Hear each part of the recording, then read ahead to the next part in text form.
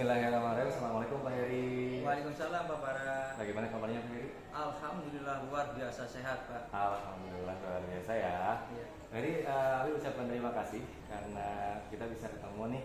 Ya. Ini ada sesuatu yang akan aku obrolkan, itu terkait dengan tugas yang akan kita laksanakan. Jadi maksud obrolan kita hari ini itu tentang Abi akan mengobservasi Pak Heri di mana Pak Heri ketika mengajar. Mungkin saya melihat Pak Heri dalam proses pembelajarannya. Siap. Kira-kira boleh nggak Pak Heri? Boleh Pak, sangat boleh Pak. Kira-kira untuk proses pembelajarannya itu akan dilaksanakan di kelas mana ya Pak Heri ya? Di kelas 12 IPA 2 Pak. Oh, 12 IPA 2. Oke, sebelum melaksanakan proses observasi di kelas, ini ada sedikit pertanyaan Pak Heri. Siap. Yang pertama, ketika nanti di pembelajaran di kelas, itu Pak Heri ada tujuan pembelajaran apa untuk anak-anak?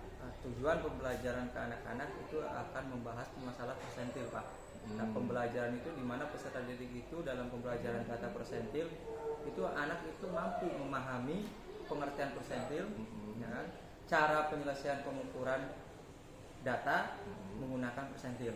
Itu salah satunya Pak. Dan menggunakan rumus persentil untuk menganalisis data. Intinya anak itu bisa menganalisis data dengan rumus persentil. Itu Pak. Berarti sekarang babnya tentang statistika ya? Iya betul Pak, statistika. Statistika. Oke, berikutnya Pak Heri. Area pengembangan yang hendak dicapai dari proses pembelajaran yang akan Pak Heri laksanakan. Area pengembangan saya itu lebih cenderung ke peserta didik itu dapat menerapkan Pak pengetahuan persentil dalam kehidupan sehari-hari mereka Pak. Oke, berarti langsung diimplementasikan ya? Betul Pak, ya, implementasikan. Hebat. Berikutnya untuk strategi yang dipersiapkan nih Pak Heri. Untuk strategi yang dipersiapkan, Pak Heri menggunakan metode belajar apa dalam proses pembelajarannya? Dalam proses pembelajaran di kelas 12 IPA 2, saya itu cenderung menggunakan pembelajaran berdiferensiasi. Diferensiasi. Betul. Dengan cara membagi kelompok secara heterogen. Berarti diferensiasi proses betul ya? Betul Pak. Diferensiasi proses. Oke. Nah, untuk media ajar ini, untuk media ajar yang akan Pak Heri gunakan nanti di proses pembelajaran, kira-kira ada nggak media pembelajarannya, media ajarnya?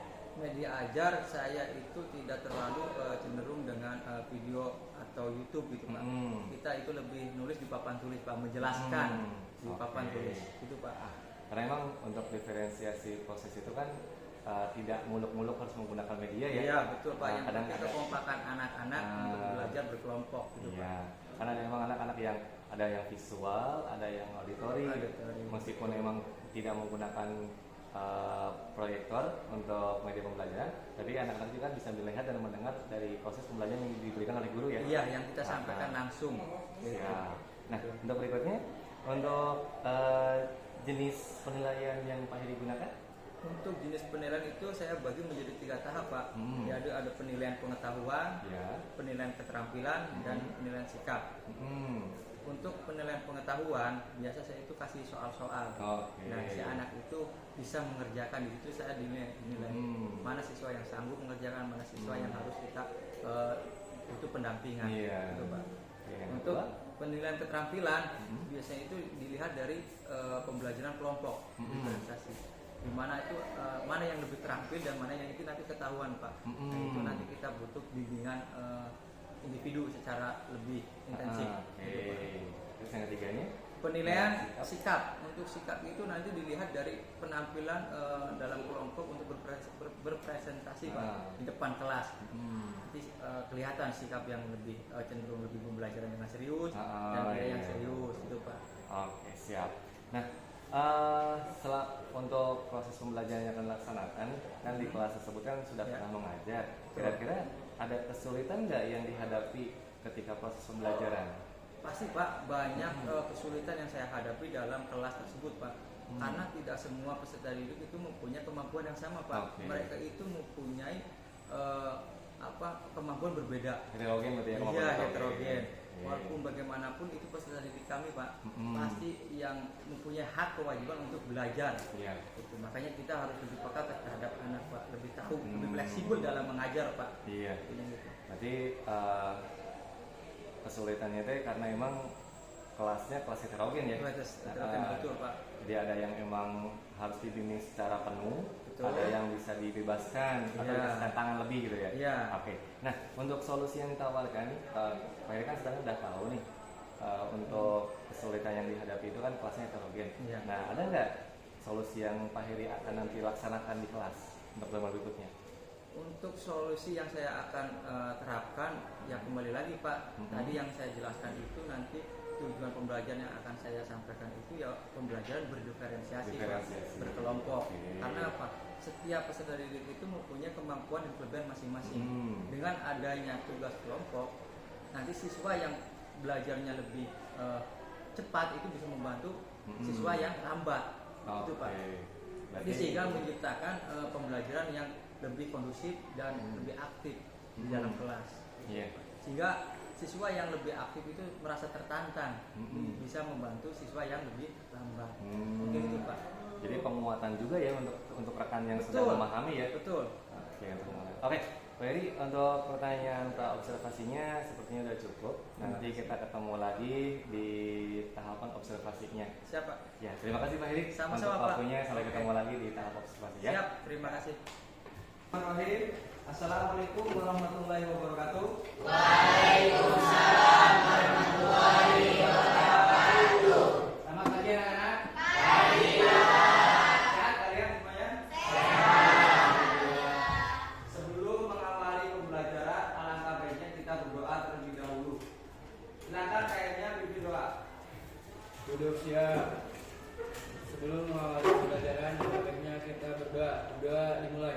Bismillahirrahmanirrahim. Rabbi zidna ilman warzuqna fahman birahmatika ya arhamar rahimin. Amin. Hari ini apakah ada yang tidak masuk? Berapa orang? Ada? Ya. Apa? Kenapa? Sakit? Oke. Kemarin kita sudah belajar yang namanya desil data tunggal. Kita sudah belajar. Kita juga sudah belajar yang namanya kuartil data tunggal. Ya. Setelah itu juga kita sudah belajar kuartil data kelompok, desil data kelompok. Nah, apa itu yang disebut desil? Sebelum kita lanjut ke persentil, ya, kita mengulas kembali pembelajaran yang sebelumnya. Desil. Untuk menentukan desil, kita itu harus mengurutkan nilai yang terkecil sampai terbesar. Ya, dengan rumusnya apa? Kemarin siapa yang tahu? Ya, desil data tunggal. Siapa yang tahu rumusnya? Silakan di depan. Siapa yang bisa?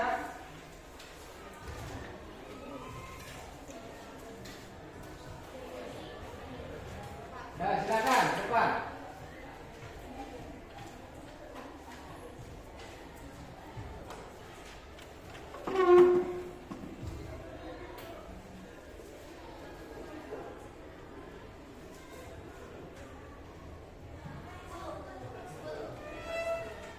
Ya.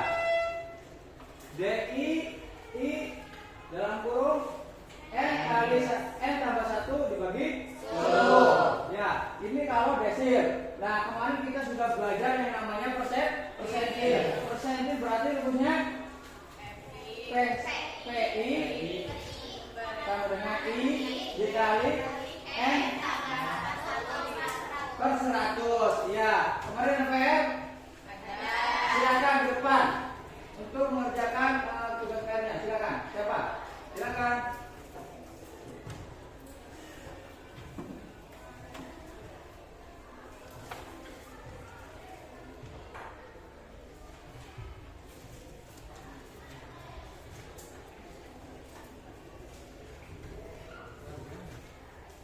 Tulis soalnya dulu ya.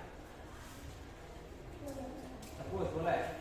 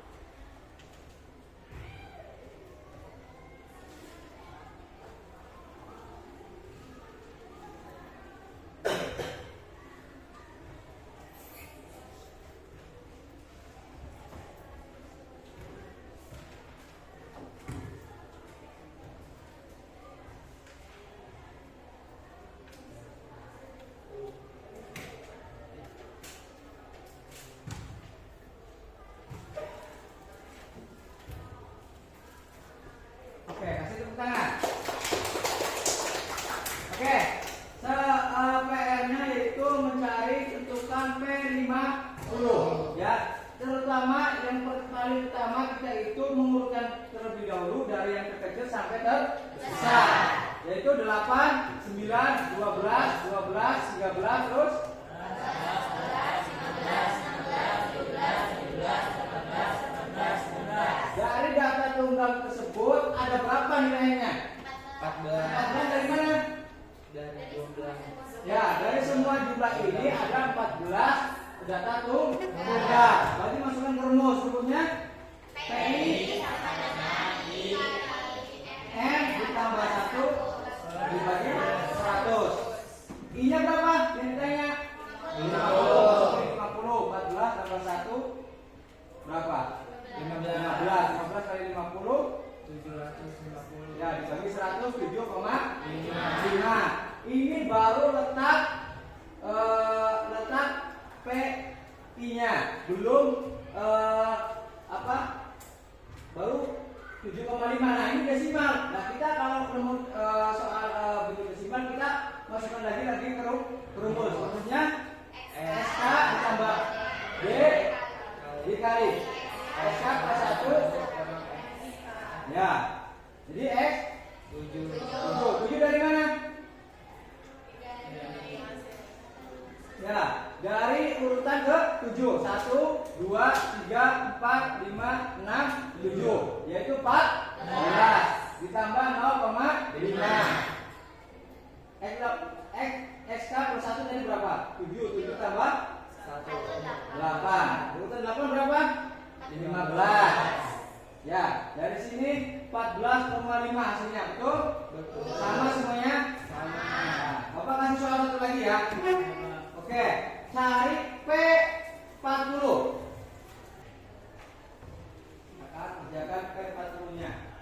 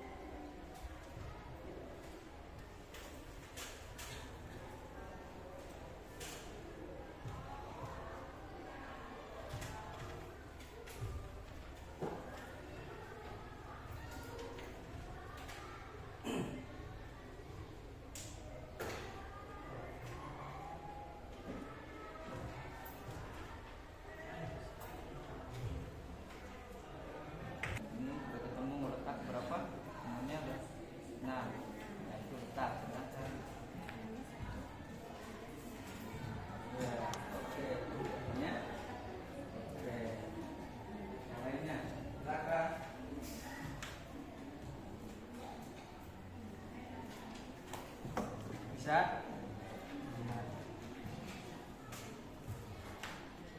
Mana ini laki-laki? Sudah semua? Sudah. Ya. Ini baru letak itu. Ya, itu baru letak. Letak 6. Ya, jadi letak 6. Berarti hitung dari sini. 1, 2, 3, 4, 5, 6. Berarti berapa? 14. Betul. Jadi P40-nya 14. Cakep. Ini bisa? Oke, silakan. Kalau sudah silakan di depan siapa? Yang bisa? Angga, silakan Angga, di depan.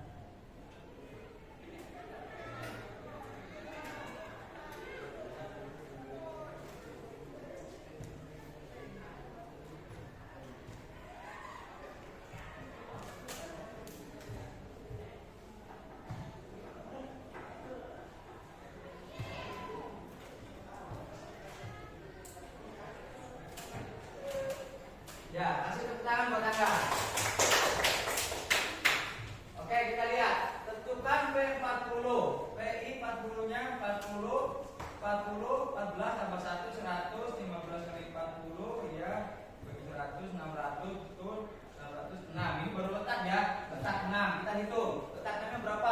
1, 2, 3, 4, 5, 6. Nah, 6-nya 14. Oke, 40 yaitu 14. Dari sini Anda menanyakan? Tidak ada? Oke, berarti Bapak rasa semuanya udah bisa ya. Kita lanjut menghitung persentil data kelompok. Ya.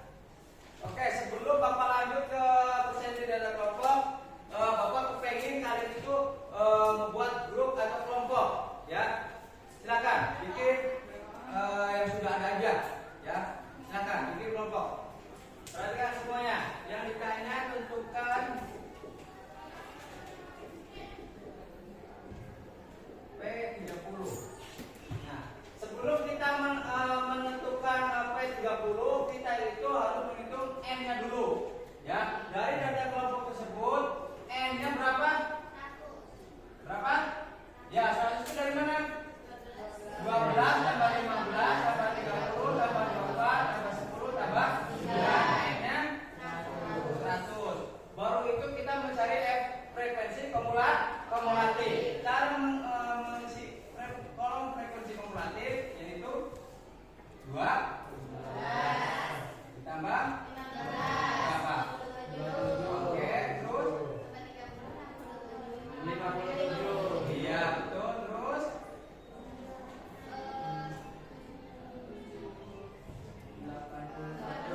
iya. Terus 91. Terus 100. Oke, setelah itu kita tentukan letak P30-nya. Rumusnya kemana ingat? Kalau mencari rumus letak P30, waktu kita mulai pelajaran yang lalu ya. Kalau desil itu dibagi 10. Nah, kalau persentil dibagi 1. Nanti tinggal P30 sama dengan berapa? 30 per 100 dikali N. Itu rumusnya ingat-ingat ya. 30 karena yang taruh 30. Berarti kalau yang dicarinya 50 per 100. Kalau yang carinya 40 Oke. N-nya sudah diketahui berapa? 100. Masukkan rumus 30 per 100 dikali berapa sininya? Ini 3 red. Berarti ketemunya 30. Nah, dari sini menanyakan ini belum selesai, ini baru letak P30. Ya. Setelah kalian tahu P30-nya, kita cari dulu 30 itu letaknya di mana? Berapa? 57. Kenapa nggak di 27? Karena 30 tidak ada di 27. Dari 27 kan 28, 29, 30, 31 sampai 57 ada di sini. Berarti kalian tandain ini. Untuk mencari apa? TB-nya, ya. Tepi bawahnya. Berarti tepi bawahnya berapa? 33. Iya, 33 diambil 2,5. Berarti ini. Nah, sekarang kita lanjut ke rumus lagi. Dan mencari P30. Rumusnya apa? TB. Ingat, masih ingat? Ditambah N berapa? Nah, 30 per 100 dikali N ditambah N dikurangi berapa? Kurangi FK, ya. Dikali P dikali FP karena frekuensi persentil. Kalau frekuensi desil FD. Nah, P itu apa? Panjang meter. Panjang intervalnya berapa? Ya, 33, 34, 35, 36, 37, 38, 39, 40, 41, 42, 43. Nah, ada berapa? 11. Nah, masukin. Ya. TB-nya berapa tadi? 32,5 dari mana? 33. 2,5 ditambah. Ini berapa? 30. Nah, ini hasilnya berapa? 30.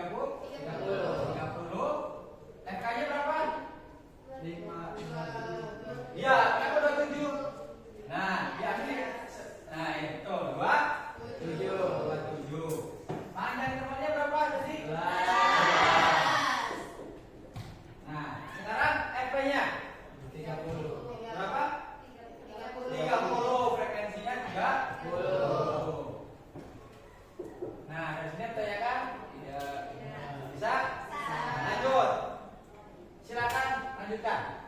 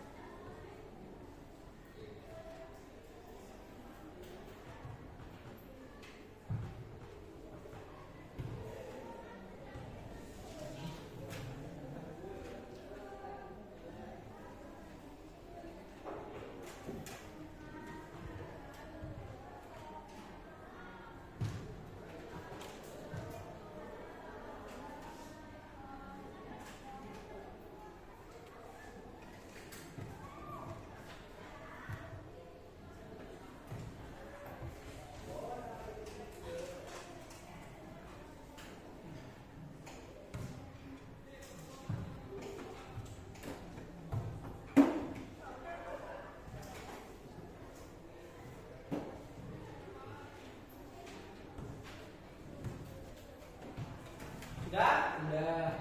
Saya bisa? Angga mau belajar ke depan? Silakan, Kak.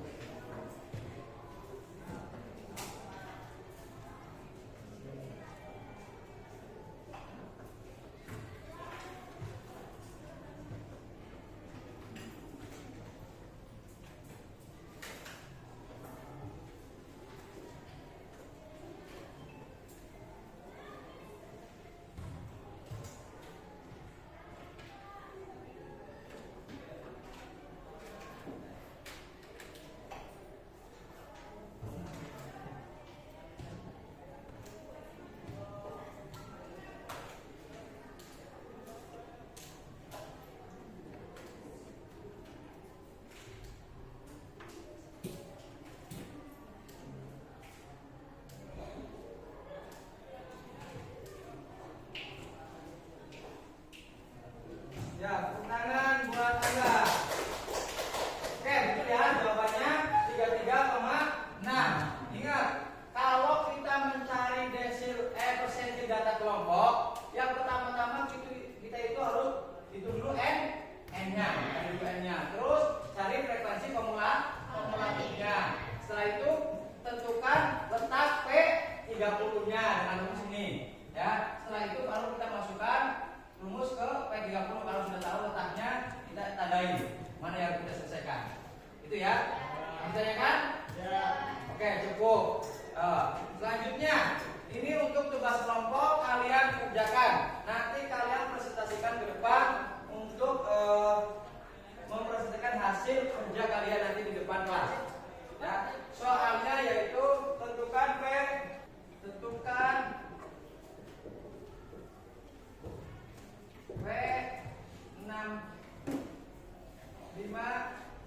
dan P90. Silakan.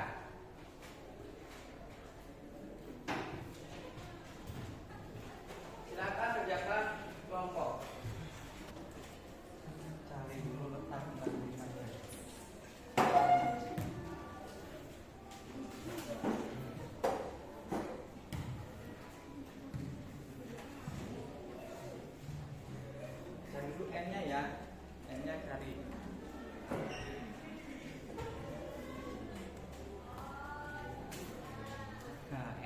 hari ada berapa N-nya.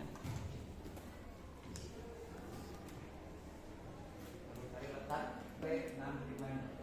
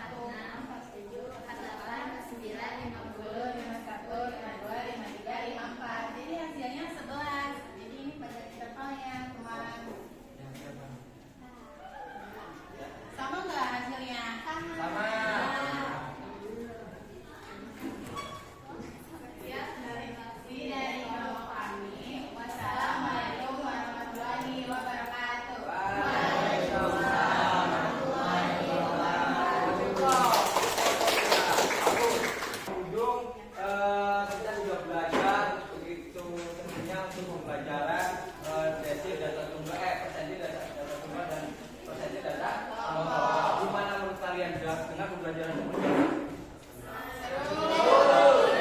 Sudah dimengerti dengan pembelajaran kita berkelompok.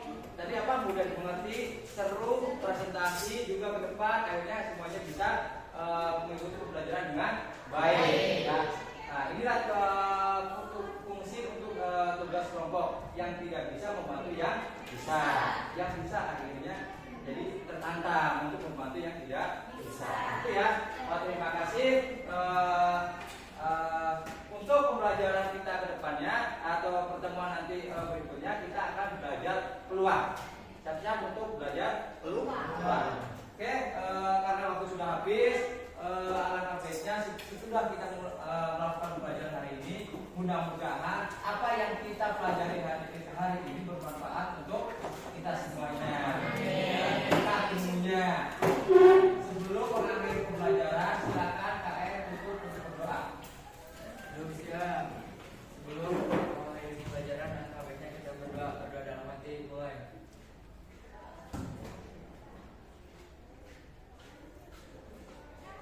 Doa selesai.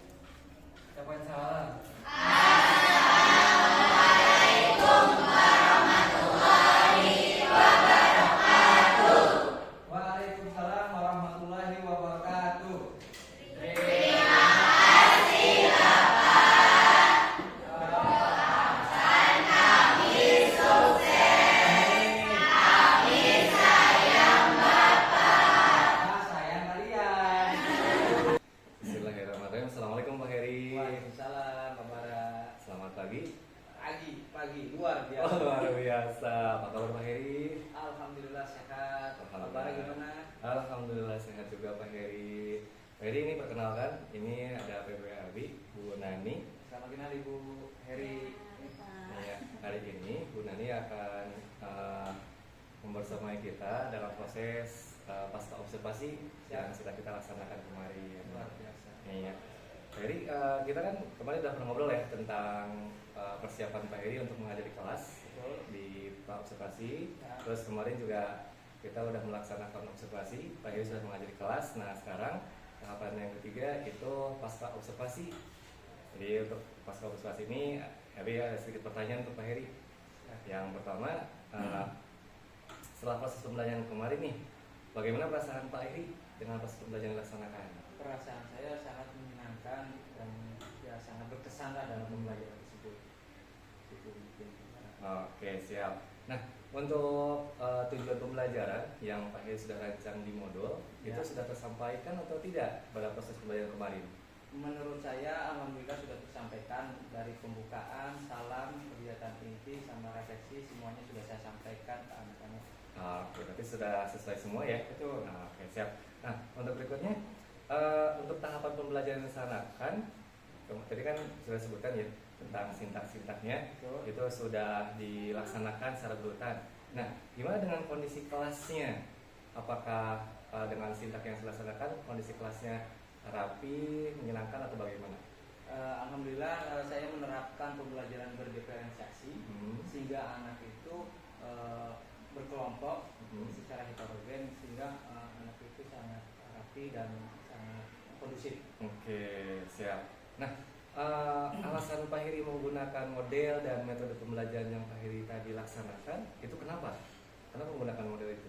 Karena setelah saya pelajari pertama saya masuk ke kelas tersebut dari 35 siswa Pak, 40% dari 14 siswa itu mempunyai nilai di atas KKM.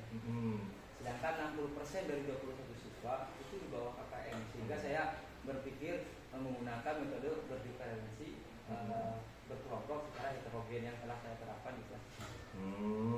Oke. Nah, menurut Bapak nih dari proses pembelajaran yang sudah dilaksanakan, ada yang bagus dan jeleknya enggak? Atau misalnya bagus dan belum tercapainya tujuan yang Pak Heri inginkan gitu? Ada nggak? Saya selaku manusia biasa pasti mempunyai kekurangan Pak. Dalam pencapaian tersebut dan itu sebagai tantangan saya untuk kedepannya lebih baik lagi. Gitu Pak. Oke, berarti tetap ya masih ada mungkin lebihnya ada, kurangnya ada, cuma kurangnya akan diperbaiki gitu ya? Ya, kalau lebihnya alhamdulillah kondusif di kelas untuk pembelajaran tersebut lebih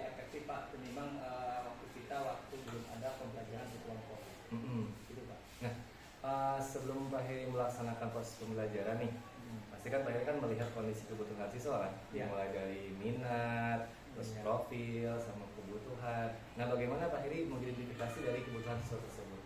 Nah, dari penerapan yang tadi saya sebutkan Pak, jadi ada siswa yang aktif dalam belajar, ada siswa yang lambat dalam belajar. Nah, di sini saya bikin kelompok heterogen. Kenapa? Biar siswa yang aktif dalam belajar bisa membantu siswa yang kurang aktif. Baru tutor ya, tutor iya, sebaya ya. Betul, tutor sebaya. Oke, siap. Nah, buat Pak ini ada untuk proses penerapan nih, kan Pak Heri kan sekarang sudah melakukan proses pembelajaran, terus Abi juga sedang mau diskusi Pak Heri, pascanya kita sudah melakukan refleksi.